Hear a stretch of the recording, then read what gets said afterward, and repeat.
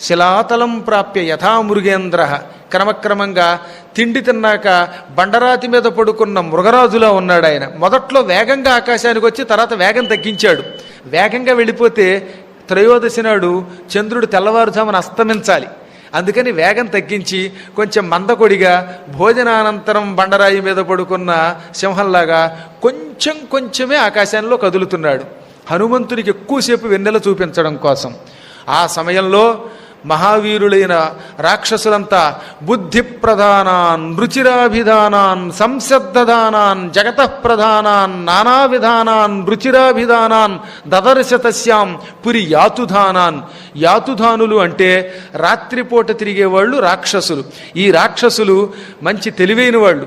ఎక్కడ ఏ మూల ఎవడున్నా ఆచూకీ పసిగట్టి వాడు అంతు తేలుస్తారు. అటువంటి వాళ్ళు కాంతి కలిగిన వాళ్ళు, కాంతి లేని నల్లని వాళ్ళు, శ్రద్ధ కలిగిన వాళ్ళు, రాజుగారి ఆజ్ఞని శ్రద్ధగా పరిపాలిస్తూ లంకానగరాన్ని జాగ్రత్తగా కాపాడుతున్న వాళ్ళు, అసలు లంకానగరానికి మూలస్తంభాలు లాంటి వాళ్ళు.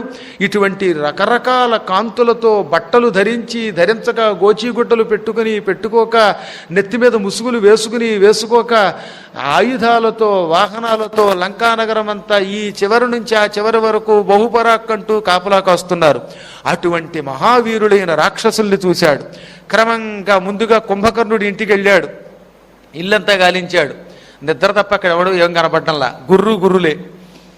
ఇక విభీషణుడి ఇల్లు చూచాడు. ప్రహస్తుడు, మహోదరుడు, విరూపాక్షుడు, యోపాక్షుడు, ప్రహసుడు, భాసకర్ణుడు, విరూపుడు, బహురూపుడు, ఇంద్రజిత్తు, సుమాలి, బహుమాలి, సుపార్సుడు, మాల్యవంతుడు, ఇలాంటి వారి గృహములన్నీ వరుస పెట్టి వెతుక్కుంటూ వెళ్ళిపోయాడు ఆయన. అన్ని గృహాలు ముందు స్థూల దృష్టితో చూసేశాడు. విద్యున్మాలి గృహం, విద్యుజ్జఫ గృహం అన్నీ వెతికాడు. ఆససాతాథ లక్ష్మీవాన్ రాక్షసేంద్రం నివేశనం రావణస్యోపశాయన్యః దదర్శ హరిసత్తమః. ఇలా తిరుగుతూ రావణ గృహానికి అడుగుపెట్టాడు. ఇక్కడ హనుమంతుడు లక్ష్మీవంట. రావణాసురుడి ఇంటికి వెళ్ళాట. రావణాసురుడి ఇల్లు లక్ష్మితో కళకళలాడుతోంది. అయినా రావణాసురుడిని లక్ష్మీవాన్ అల్లా, హనుమంతుడే లక్ష్మీవాన్. ఎందుకని అంటే, వారి రావణ, పాపాలు చేసి సంపాదించిన డబ్బు నిజమైన సంపద, ఏమీ లేకుండా అడవుల్లో తిరిగే నాదిరా నిజమైన లక్ష్మి, జ్ఞానలక్ష్మి అని చెప్పడం అనమాట. అందుకని హనుమంతుడు లక్ష్మీవంట. ఐశ్వర్యం కలిగిన ఇంట్లోకి వెళ్ళాట. నేను చాలాసార్లు అనుకునేవాడు, ఇదేంట్రా, రావణాసురుడి ఇంటి నిండా బంగారం ఉంది, వెండి ఉంది, కోట్లు ఉన్నాయి. అక్కడ ఏం పలక్కుండా హరిసత్తమహ లక్ష్మీవాన్ రాక్షసేంద్ర నివేశనం ఆససాదాద అంటాడు. లక్ష్మీవాన్ అని ఈయన అన్నాడు. అనగా కౌపీనవంత ఖలు భాగ్యవంత. గోచీగుడ్డ పెట్టుకున్న జ్ఞాని వాళ్ళు, డబ్బున్న వాళ్ళు. అంటే మనకి ఎంత డబ్బున్నా తృప్తి లేదు, జ్ఞానం లేదు. అంటే జ్ఞానం లేనప్పుడు ఆ డబ్బు వ్యర్థం. అంటే నేను మీ గురించి చెప్పట్లేదు, అలాంటి వాళ్ళ గురించి చెప్పాను. మిమ్మల్ని ఏదన్నా అంటే పక్కవాడి కళ్ళుబావు, అమ్మో మహాత్ములు ఎప్పుడు ఏమనం. ఎవడైనా కేవలం శరీరము ధనమే ముఖ్యమనుకుని పాపాలు చేసి సంపాదించినప్పుడు రావణుడికి వల్లే వాడుకున్న సంపద వ్యర్థం.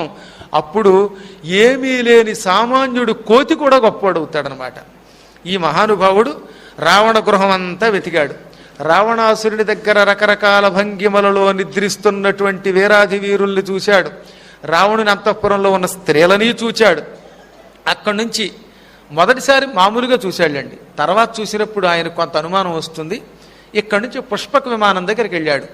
ఎంత గొప్పదా పుష్పక విమానం! ఒకప్పుడు బ్రహ్మదేవుని యొక్క అనుజ్ఞతో విశ్వకర్మ ఆ పుష్పక విమానాన్ని నిర్మించాడు. అది చాలా కాలం మొదట్లో బ్రహ్మ దగ్గర, విశ్వకర్మ దగ్గర, ఇంద్రుడి దగ్గర, చాలామంది కేవలం కుబేరుడి దగ్గరే ఉందనుకుంటారు. కుబేరుడి దగ్గరికి రావడానికి ముందు చాలామంది దాన్ని పొందారు. తెలుసునా మీకు? బ్రహ్మదేవుడు 3 వస్తువుల్ని ఎంతో మంది దగ్గరికి పంపాక చివరిన రాక్షసుల దగ్గరికి వెళ్ళేలా చేశాడు ఆయన. అందులో ఈ పుష్పక విమానం ఒకటి. గాంధీవము, పుష్పక విమానము, కౌస్తుభమణి, ఈ 3 మణులు కూడా మొదట్లో చాలామంది దగ్గర ఉన్నాయి. అందులో కౌస్తుభమణి అంటే చాలా తొందరగానే పాల సముద్రంలో కలిసిపోయి మళ్ళీ విష్ణువు దగ్గరికి వెళ్ళింది. గాంధీవం బ్రహ్మగారు 60,000 సంవత్సరాలు ధరించాక ప్రజాపతి దగ్గరికి వెళ్ళింది. ప్రజాపతి దగ్గర నుంచి ఇంద్రుడి దగ్గరికి వెళ్ళింది, ఇంద్రుడి దగ్గర నుంచి చంద్రుడి దగ్గరికి వెళ్ళింది, చంద్రుడి దగ్గర నుంచి వరుణుడి దగ్గరికి వెళ్ళింది, వరుణుడి దగ్గర నుంచి అగ్నిహోత్రుడి దగ్గరికి వెళ్ళింది, అగ్నిహోత్రుడి దగ్గర నుంచి అర్జునుడి దగ్గరకు వచ్చింది, అర్జునుడు 65 ఏళ్ళు దాన్ని ధరించాడు, తర్వాత మళ్ళీ సముద్రంలో వారేసిపోయాడు, వరుణుడికి ఇచ్చేశాడు. అలాగే ఈ పరమ పవిత్రమైన పుష్పకం అనే విమానం బ్రహ్మదేవుడు తన సంకల్పంతో విశ్వకర్మ ద్వారా తయారు చేయించాడు. కొంతకాలం బ్రహ్మ అందులో ఊరేగాడు. ఆ తర్వాత ప్రజాపతి 5000 సంవత్సరాలు అందులో తిరిగాడు, ఇంద్రుడికి ఇచ్చారు, ఇంద్రుడు కొంతకాలం తిరిగాడు. ఆ ఇంద్రుడి తర్వాత దీనిని మళ్ళీ మయుడికి ఇచ్చారు. మయుడు ఏం చేశాడు, దాన్ని ఈశ్వరాజ్యతో కుబేరుడికి ఇచ్చాడు. కుబేరుడు దాన్ని చాలా కాలం దానిలో తిరిగాడు. ఆ తర్వాత కుబేరుడిని చావగొట్టి రావణాసురుడు బలం కలిగిన వాడిదిగా రాజ్యం అంతా మళ్ళీ లాగేసుకున్నాడు.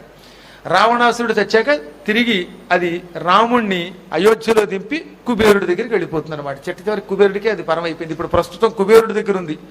మీకు ఎవరికైనా కుబేరుడు కనపడితే కొద్ది రోజులు ఎరువు తెచ్చుకోవచ్చు, ఆయన ఇస్తానన్నాడు. భక్తితో కొలిస్తే ఈశ్వరుణ్ణి నేను ఇస్తానన్నాడు ఆయన.